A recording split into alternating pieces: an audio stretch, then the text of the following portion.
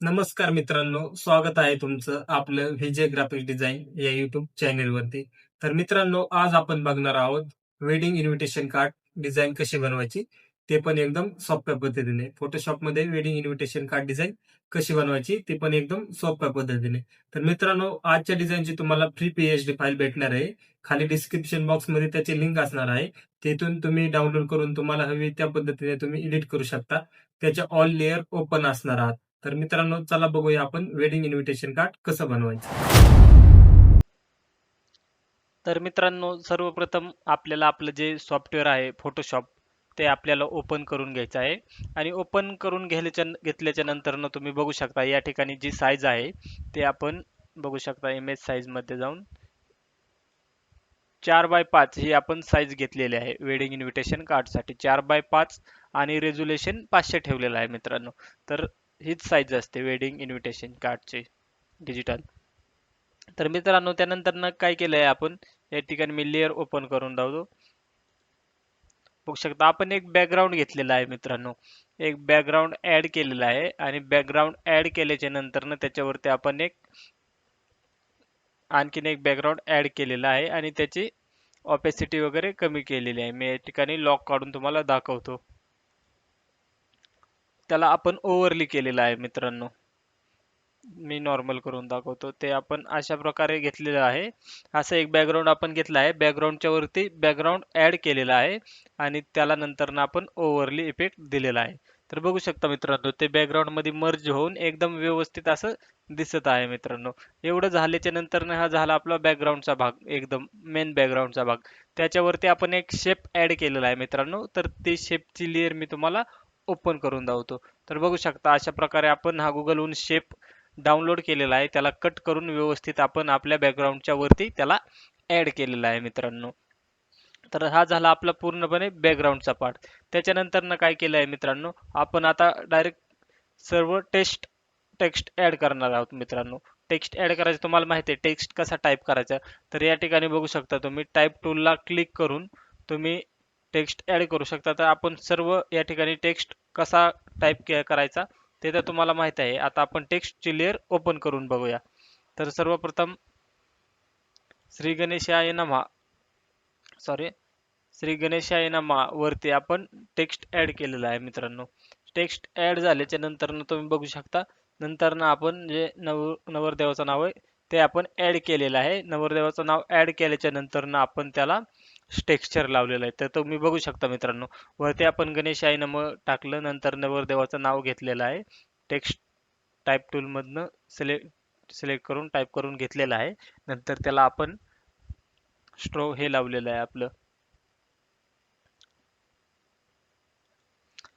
Texture, आपण त्याला add केलेलं आहे. एवढं झाल्याच्या नंतर नवरदेवाची आपण या ठिकाणी डिटेल ऍड करून घेऊया मित्रांनो. बघू शकता.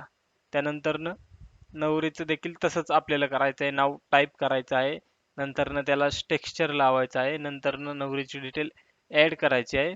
एवढं झाल्याच्या नंतर मित्रांनो बघू शकता, सर्वप्रथम हा भाग आपल्याला ऍड करून घ्यायचा आहे आणि याच्या नंतर जो आहे यांचा शुभविवाह सोहळा ते आपल्याला ऍड करायचं असतं. तर ते आपण या ठिकाणी ऍड करू. काय, आपण या ठिकाणी एक पीएनजी यूज केलेली आहे शुभविवाहाची आणि यांचा सोहळा याचा आपण टेक्स्ट यूज केलेला आहे. तर मी या ठिकाणी तुम्हाला लेअर ओपन करून दावतो. एक मिनिट. बघू शकता शुभविवाहाची ही कॅलिग्राफी आपण घेतलेली आहे आणि तिला आपण टेक्स्चर रेड कलरचं लावलेलं आहे.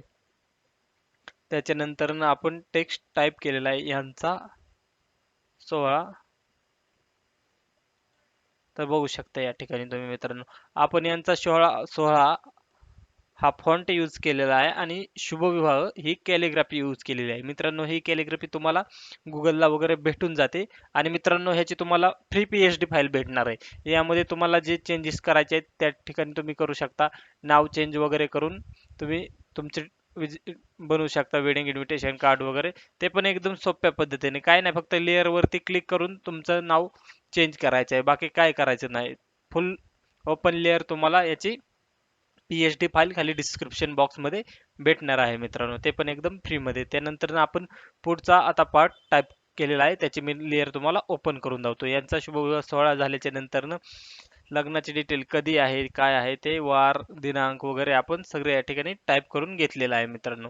एवढं झालं. आता याच्यानंतरनं जो बाकीचा पार्ट राहिलेला आहे आपला हळदी समारंभ, विवाहस्थळ वगैरे, तर आपण या ठिकाणी त्यासाठी 3 लेबल ॲड केलेले आहेत. तर त्या लेबल मी तुम्हाला ओपन करून दाखवतो मित्रांनो. 1, 2 आणि 3 अशा आपण 3 लेबल ॲड केलेले आहेत. आता याच्यावरती आपण नाव देखील टाकलेलं आहे. त्यासाठी आपण श्रीदेव फॉन्ट यूज केलेला आहे. तर त्यासाठी तुम्ही बघू शकता. आता मी तुम्हाला ओपन करून दाखवतो. हळदी समारंभ, नंतरनं विवाहस्थळ आणि निमंत्रक अशा 3 गोष्टी आपण ॲड केलेल्या आहेत. त्यासाठी आपण लेबल घेतलेले आहे आणि लेबलवरती आपण श्रीदेव फॉन्टमध्ये टेक्स्ट टाकलेलं आहे.